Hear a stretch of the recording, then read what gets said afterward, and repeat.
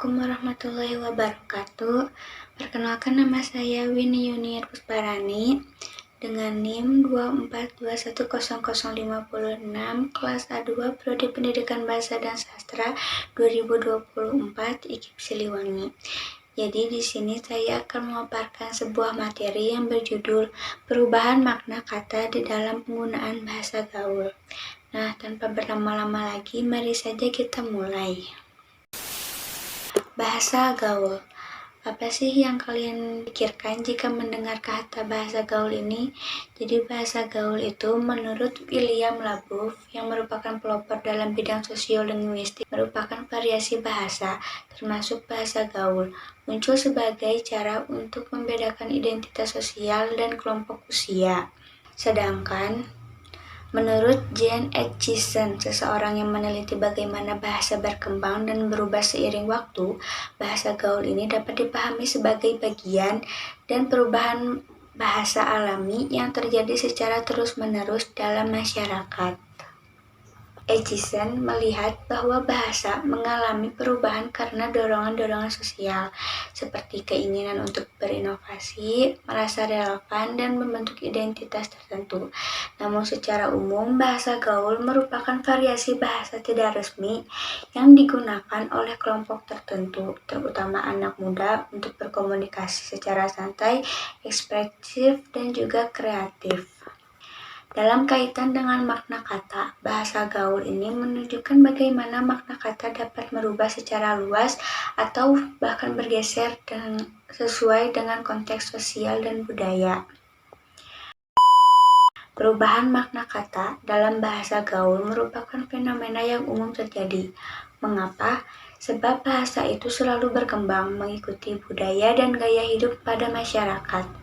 Kata dalam bahasa gaul seringkali mengalami pergeseran makna atau penambahan kata baru yang berbeda dari arti aslinya di dalam bahasa baku. Perubahan makna ini biasanya berlangsung cepat karena perkembangan tren, sehingga kata-kata dalam bahasa gaul dapat memiliki arti yang berbeda dari waktu ke waktu.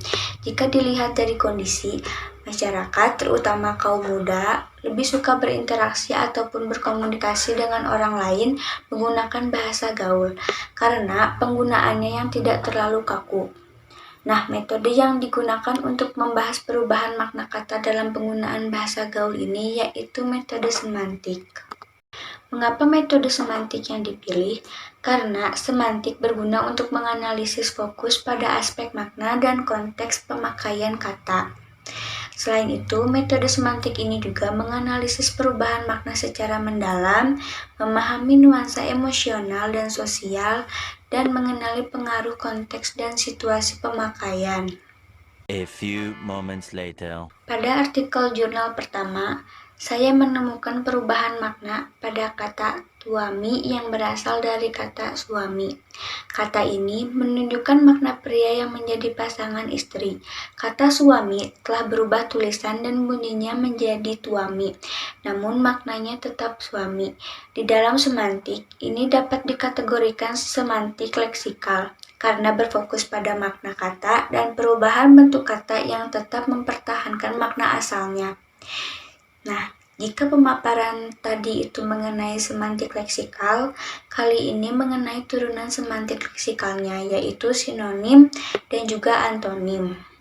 Pada artikel kedua, saya menemukan bahwa definisi sinonimi menurut Said tahun 2000 halaman 63 menyebutkan bahwa sinonimi adalah relasi kata fonologis yang berbeda, namun makna yang sama atau hampir mirip.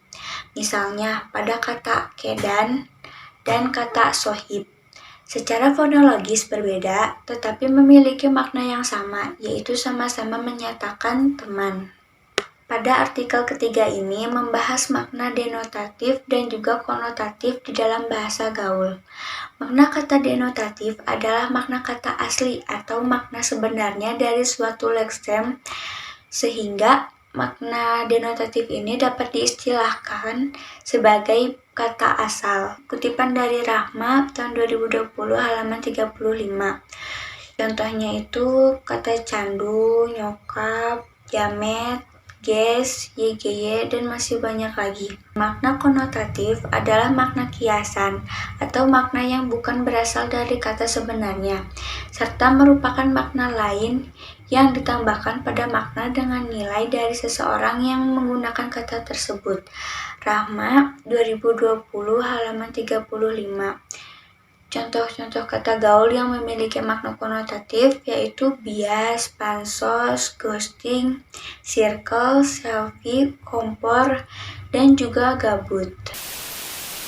Mungkin cukup sekian yang dapat saya sampaikan. Mohon maaf apabila ada kekurangan ataupun kesalahan pada pengucapan. Terima kasih atas perhatiannya. Wassalamualaikum warahmatullahi wabarakatuh.